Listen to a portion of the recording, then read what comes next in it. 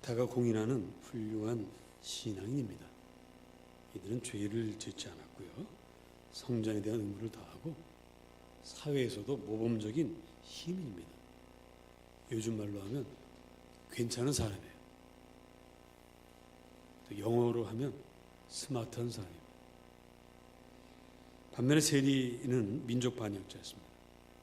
로마 총독부의 앞잡이였고 세금을 정해진 것 이상으로 거둬들여서 위에 상납하고 자기 주머니에 넣고 이러는 악질이었습니다. 그래서 사람들은 세리하면 고개를 흔들었어요. 자, 그러면 바리새인과 세리 중에 누가 의롭다함을 받아야 하겠습니까? 당연히 바리새인입니다. 우리는 계속 늘 말씀을 듣기 때문에 세리입니다라고 답이 쉽게 나오지만 세상 사람들이 볼 때는 참 이해하기 어렵습니다. 바리새인 요즘 우리나라 이상한 권력 잡고 이런 사람들처럼 이상한 재단 만들고 돈 빼돌리고 이런 사람도 아니에요. 정말 사회에서 존경받을 수 있는 그런 훌륭한 사람들을 말하는 거예요. 자, 그래서 예상과는 달리 세리가 의롭고 바리새인은 의롭지 않다라고 했을 때 사람들은 충격을 받았습니다.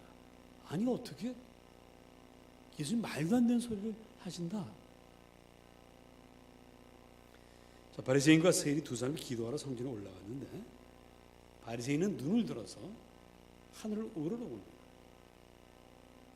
그리고 기도합니다. 하나님, 나는 다른 사람들과 다릅니다. 나는 토색하지 않았습니다.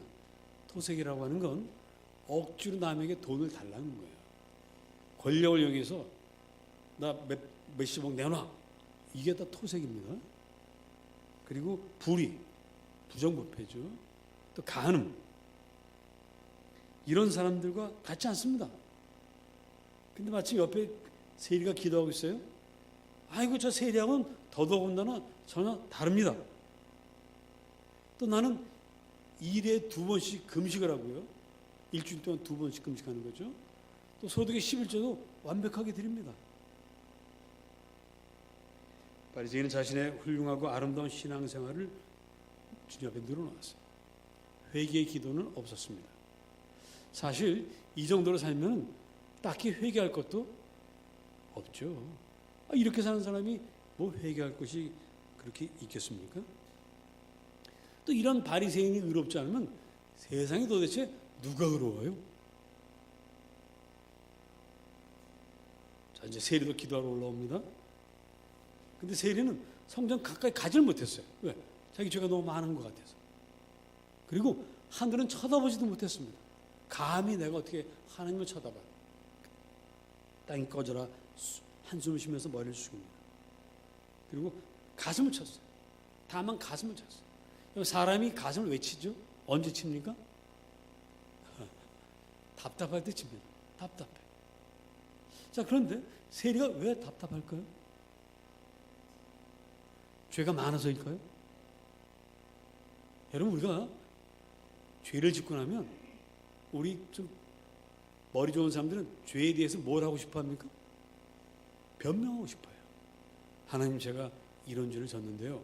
사실 그때 이렇고 저렇고 해서 이럴 수밖에 없었습니다고 변명을 하는데 이 세리는 변명할 수도 없어요.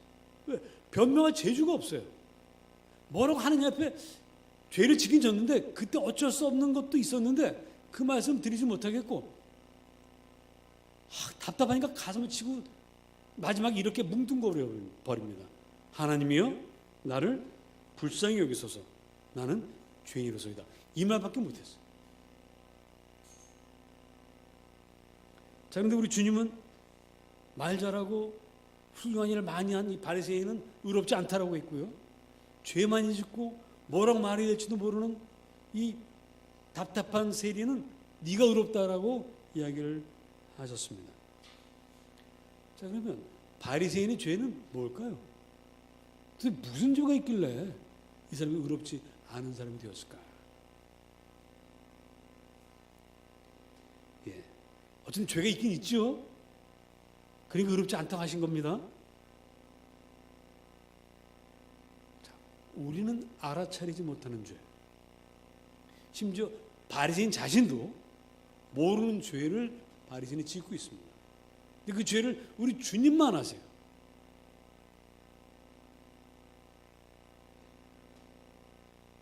사도 바울은 예수님 만나기 전에 완벽한 바리새인이었습니다. 그는 율법을 완벽하게 지켰어요. 자신이 대단한 사람인 줄 알았어요. 그래서 율법을 지킬 생각도 하지 않고 예수만 믿으면 구원받는다고 하는 이 도둑놈 심보를 가진 이 잘못된 신앙인들을 잡아다가 너 잘못이야라고 가르쳐야만 했습니다. 그리고 끝까지 그것을 말 듣지 않는 사람들은 죽여도 괜찮다라고 생각을 했습니다. 왜? 율법을 지킬 수 있는 것이고 지켜야만 하는 것이기 때문에, 또 본인도 그렇게 했기 때문에 남들도 그렇게 해야 한다라고 생각을 했습니다. 그래서 율법을 지켜서 구원받으려는 노력을 하지 않는 사람들은 전부 게으르고 악한 사람이라고 생각을 했어요. 자, 이렇게 생각하는 사도 바울이 죄인입니까? 율법을 완벽하게 지키고 지키지 못하는 사람들에게 너도 지킬 수 있는데 왜 하지 않는 거야? 라고 이야기하는 이 바울이 뭔 죄가 있죠? 자, 여러분, 바리새인은 이 바울은 서신에서 한 번은 이런 고백을 합니다. 여러분, 제가요 사실은 베냐민 지파입니다. 이 말은 내가 12지파 중에 왕을 배출한 베냐민 지파, 유다 지파 둘 중에 하나인 그 베냐민 지파 사람입니다. 이렇게 얘기하는 거죠. 많은 그 양반들 씨가 있는데 나는 어디 씨? 전주 씨 계세요? 나는 다른 씨하고 달라요. 난 전주 씨예요. 저희 어머니가 홍주 씨인데 옛날에 엄마는 왜 전주 씨가 아니야? 그랬어요. 제가 어릴 때 제가 그렇게 얘기하는 겁니다. 그리고 바울은요 공부 참 많이 했어요. 당대 최고의 석학인 가말리엘의 문화생이었습니다. 요즘 우리식으로 말하면 서울대 출신이에요. 또 바울은 로마 시민권을 가졌습니다. 그만한 영향력과 재물을 가진 소위 말하는 이 시대의 금수저 같은 1%에 해당하는 그런 분이었어요. 그렇기 때문에 사도 바울은 토색할 필요가 전혀 없어요. 남의 것을 억지 빼앗을 필요가 없을 만큼 이미 부자입니다. 부정부패를 저지를 이유가 없습니다. 육체 노동자라면 감히 꿈도 꾸기 어려운 일주일에 2번 금식도 할 수 있었어요. 육체 노동자 아니기 때문에. 또 11조를 할 때 11조 해야 되나 말아야 되나 고민할 필요가 없어요. 11조 드려도 얼마든지 생활비가 있고 얼마든지 쓸 수 있으니까 뭐 11조 뭐 할 수 있는 사람이에요. 가늠? 그런 욕이 넘어갈 정도로 그렇게 사랑이 핍박한 사람이 아니에요. 넉넉한 사랑을 받고 아주 마음이 풍성한 그런 사람입니다.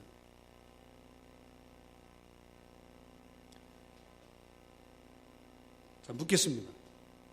바울이 바리새인으로 살 수 있었던 것은 자신의 능력입니까? 하나님의 축복입니까? 답은 너무 쉽죠? 그런데 수많은 사람들은 뭐라고 생각합니까? 자기 능력으로 착각합니다. 만약 이렇게 좋은 환경에서 살면서도 바리새인이 되지 않는다면 그게 죄예요.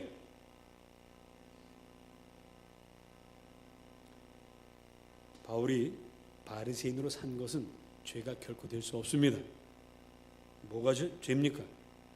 자신이 바리새인으로 살 수 있었던 것이 자신의 노력, 자신의 성실함 때문이라고 생각하는 그것이 죄입니다. 최근에 어떤 이가 그런 말을 했다죠. 부잣집에서 태어나는 것도 뭐라고요? 능력이라고 했습니다. 부잣집에서 태어나는 것도 능력이다. 이게 바리새인들의 생각과 같은 거예요.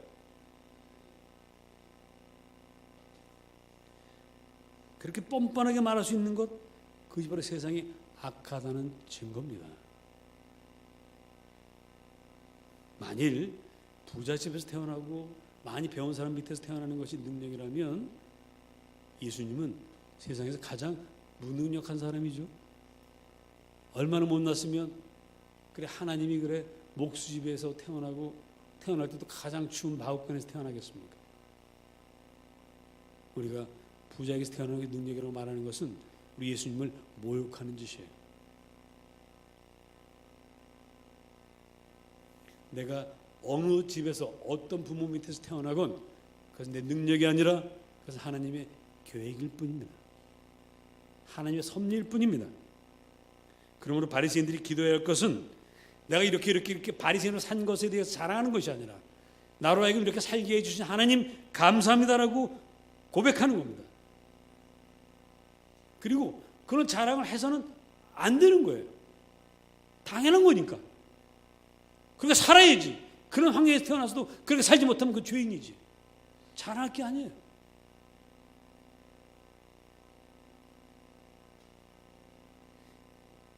바리새인의 죄는 11절에 나옵니다. 오늘 본문 11절 다 같이 읽어보겠습니다. 시작.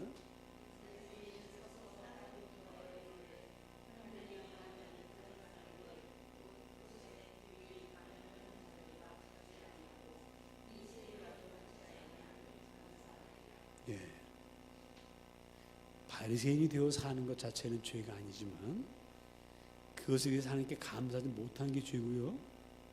내가 이렇게 살 수 있는 마음, 감사하는 마음이 없을 때 그렇게 살지 못하는 사람들을 정죄하게 되기 때문에 이것이 죄가 됩니다.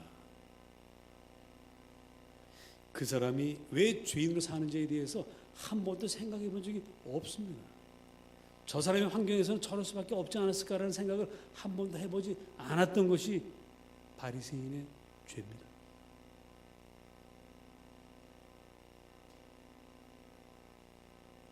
바리새인처럼 살려야 살 수 없는 세리와 죄인들, 인생이 꼬일 수밖에 없는 사람들을 내 기준에서 판단하고 정죄하는 것, 바로 그것 때문에 예수님은 바리새인들을 의롭다라고 할 수 없으셨어요.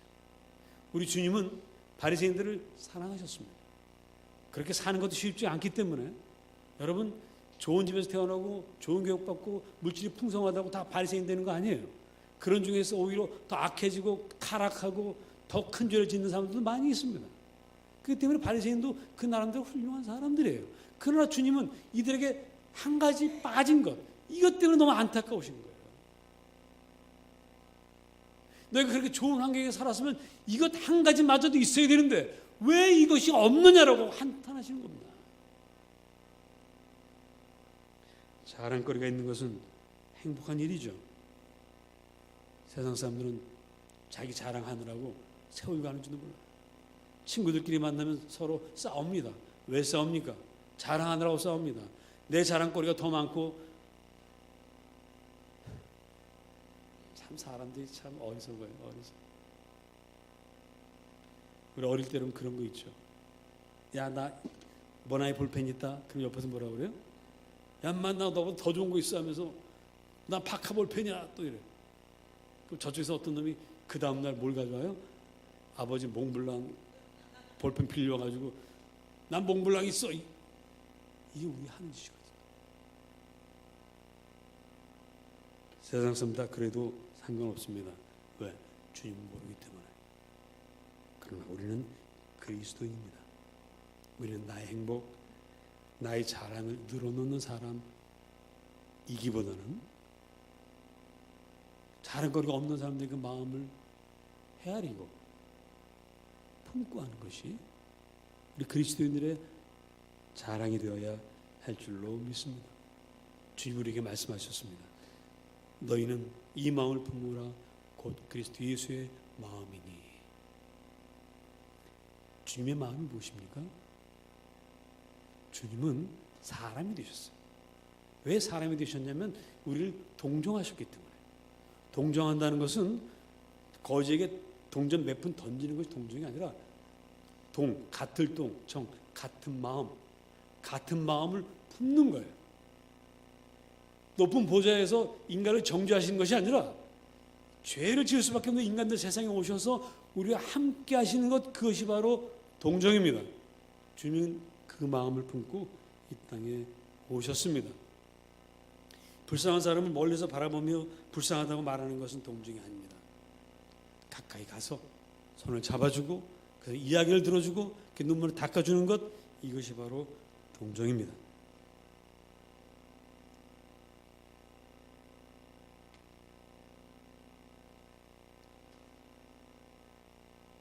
주님은 인간의 몸을 이 땅에 오셔서 인간의 몸을 입으셨기 때문에 우리 얼마나 연약한지 잘 아세요.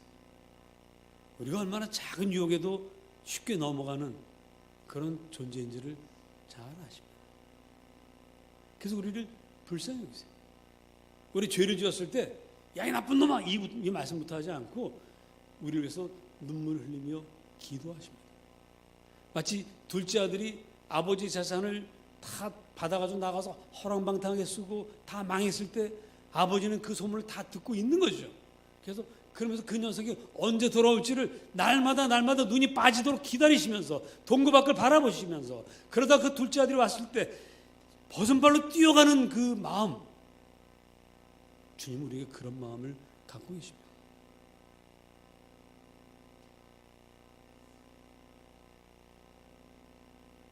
세리는 아무 말도 못하고 가슴을 치면서 하나님, 나를 불쌍히 여겨주세요, 나는 죄인입니다 라고 했고요. 그때 주님은 그래, 내가 네 마음 안다. 네가 그때 그 일을 했던 거 왜 그랬니 나도 알아. 근데 네가 그걸 잘못했다고 고백해 주니 고맙구나. 어서 일로 와라. 이렇게 주님은 그 사람을 불쌍히 여겨 주시는 것입니다. 그러므로 바리새인들은 우리 주님처럼 세리를 만나서 이렇게 손을 잡아줘야 됩니다. 왜 당신이 세리로 살아야만 했는지 그 이야기 좀 해보십시오. 당신도 이스라엘 사람인데 오죽했으면 민족 반역자가 됐겠습니까?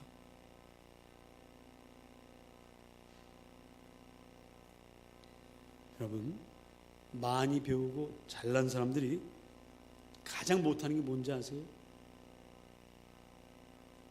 들어주는 거예요.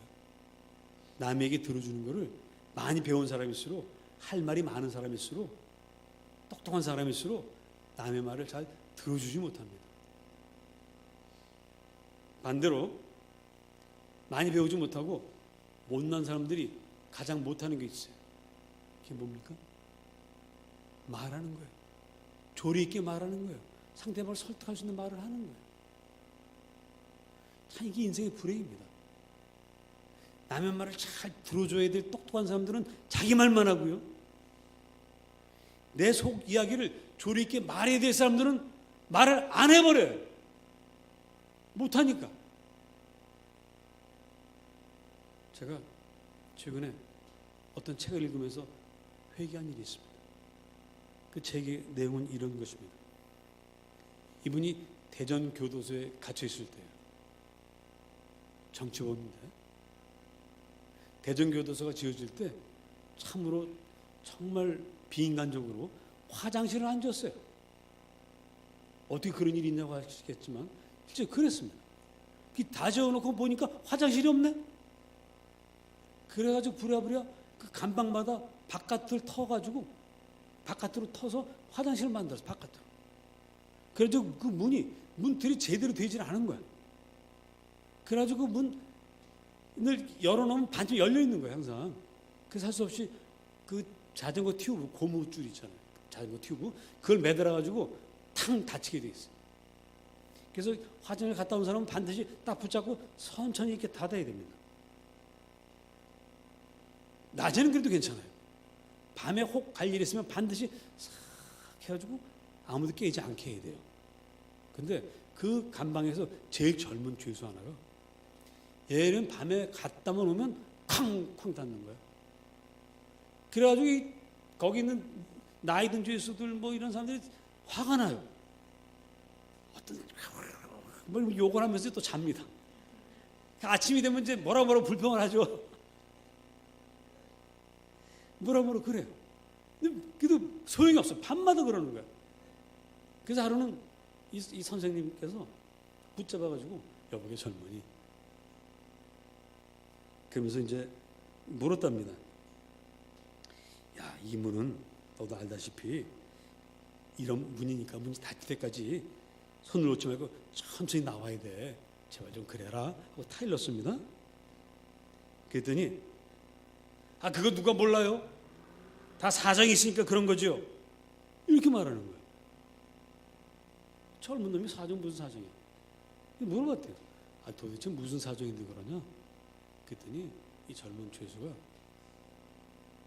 저는요 야간 절도 전문입니다. 그래서 저 밤에만 이제 작업을 하는데 작업하다가 들키면 지붕으로 도망간대요. 지붕으로 도망가면 그래서 주로 자기가 작업하는 그 동네는 단층 주택이 밀집한 옛날에는 후생 복리주택이라는 게 있었대요. 아주 옛날에 저도 그 장애도에서 국민주택이라고 똑같은 크기로 만든 집들이 있는 그런 지역에 산 적이 있는데 근데 거긴 그래도 좀 한 집당 60평, 80평 땅을 가진 집들이었는데 여긴 그런 게 아니라 다다다다 지붕이 다 붙어 있는 집이에요. 옛날 삼양동에 가면 그런 집들이 있었어요. 들어가는 입구는 다 다르지만 지붕은 다 연결돼 있어. 그래서 옆집인데도 다 들려요. 그런 데서 주로 활동을 했대. 그래가지고 지붕으로 뛰어서 도망가는 한 번은 이제 그래서 한 번도 안 붙잡혔대요. 지붕으로 뛰면은 잡으러 온 사람들이 골목 빙 도는 사이에 자기는 지붕 넘어서 절로 가버리니까. 근데 하루는요, 그때는 이제 깜깜하잖아요. 요즘처럼 이렇게 빛이 별로 없잖아요. 딱 튀었대. 그래서 그날도 막 도망가는데 어디에서 지붕이 뛰어내렸대. 이제 여기면 되겠구나. 뛰어내렸는데 발이 안 닿더래요. 한참 내려가더니 꽝 하면서 다리가 부러졌대. 이 집이 축대 위에 지은 집이에요. 하필은 그 집까지 떨어졌대. 그래가지고 거기서 아이고 나 죽어 했는데 붙잡힌 거야. 그래가지고 치료도 제대로 받지 못하고 이제 재판받고 감옥에 들어온 거예요. 그래서 이 사람이 그 후유증으로 앉았다 일어나면 한 10분 내에서 20분 정도 다리가 마비되어 있답니다. 그래서 그 문을 천천히 닫을 수가 없는 거야. 닫고 싶은데. 여기까지는 그래도 괜찮아. 그 다음 말을 듣고 제가 참 그래서 이분이 신 선생님이 얘기했어요. 그러면 그 사정을 가만있어 봐. 어디 갔지?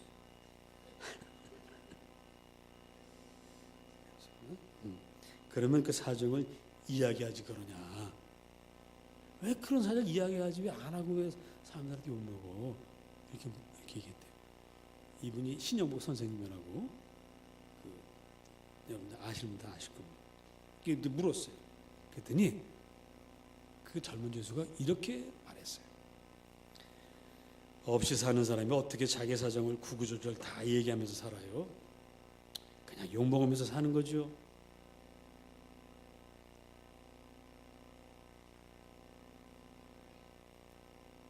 없이 사는 사람 사정을 구구절절 얘기해도 들어줄 사람이 없어요. 없는 사람, 힘없는 사람 이야기하면 많은 사람 듣지도 않습니다. 됐어 합니다. 뻔하지 뭐. 네가 잘못한 거지. 뭐 그 변명해. 이런 얘기를 하도 많이 들어서 사정을 얘기할 수가 없다는 거예요. 그러면서 그냥 이 욕먹으면서 사는 거지 뭐 어떻게 하겠습니까? 그래서 이 이야기를 쓰신 신영보 선생님이 자기는 정말 좋은 집안에서 태어나서 서울대 경제학과를 나와가지고 대학 교수까지 하다가 오해받고 잘못된 일 때문에 감옥에 들어왔는데 자기는 자기 할 얘기 다 할 수 있는데 이 사람은 그 자기 얘기하면 사람들이 다 들어줬는데 이 사람 아무도 들어주지 않았구나. 저도 이 얘기 들으면서 참 많이 회개했습니다. 말하길 좋아하지만 남의 얘기를 참 들어주기를 어려워하는 제 모습을 발견했습니다.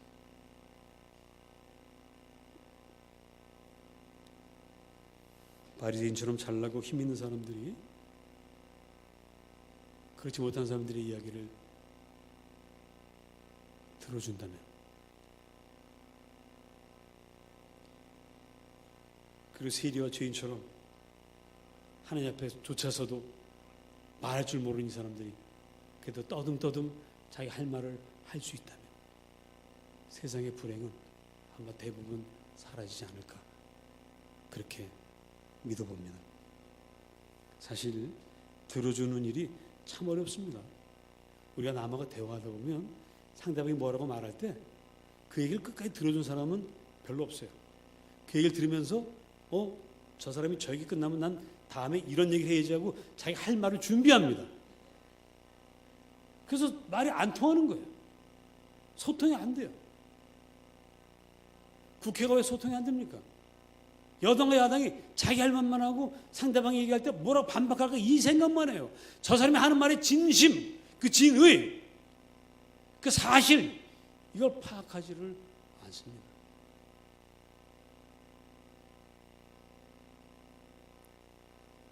자, 이 문제를 우리가 어떻게 해결할까요? 따라하십니다. 주님의 마음을 품자. 주님의 마음을 품는 것만이 우리가 할 수 있는 일이에요. 여러분, 우리 부모들은요, 자식들에게 하고 싶은 말이 너무 많죠. 그래서 날마다 얘기를 하게 됩니다. 그 소리를 다 뭐라고 불러요? 잔소리라고 합니다. 아이들은 부모에게 할 말이 별로 없어요. 아이들이 부모에게 할 수 있는 말은 딱 한 가지. 밥 줘. 돈 줘. 이것밖에 할 줄 몰라요. 여러분, 놀랍게도요, 우리 하나님은 우리에게 날마다 수많은 잔소리를 하실 수 있는데 안 하십니다. 당신께서 우리에게 하실 말은 어디에 모아놨어요? 여기다 모아놨어요. 더 이상 이것 이외에 말씀 안 하십니다. 여러분들 이것 이외에 다른 말을 들으면 그 대부분 이단이에요. 다 사이비가 대부분입니다. 이것 이외에 하나님 말씀을 들었다라고 말하는 것 대부분 이단입니다. 사이비입니다.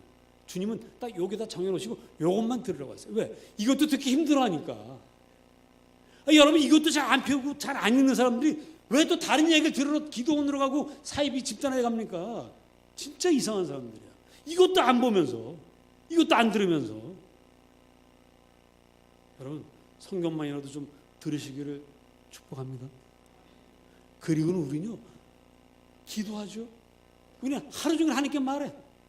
하나님 이거 해주세요, 저거 해주세요를 비롯해서 하나님 제가 지금 힘들어요, 외로워요, 우울해요, 온갖 소리를 다 합니다.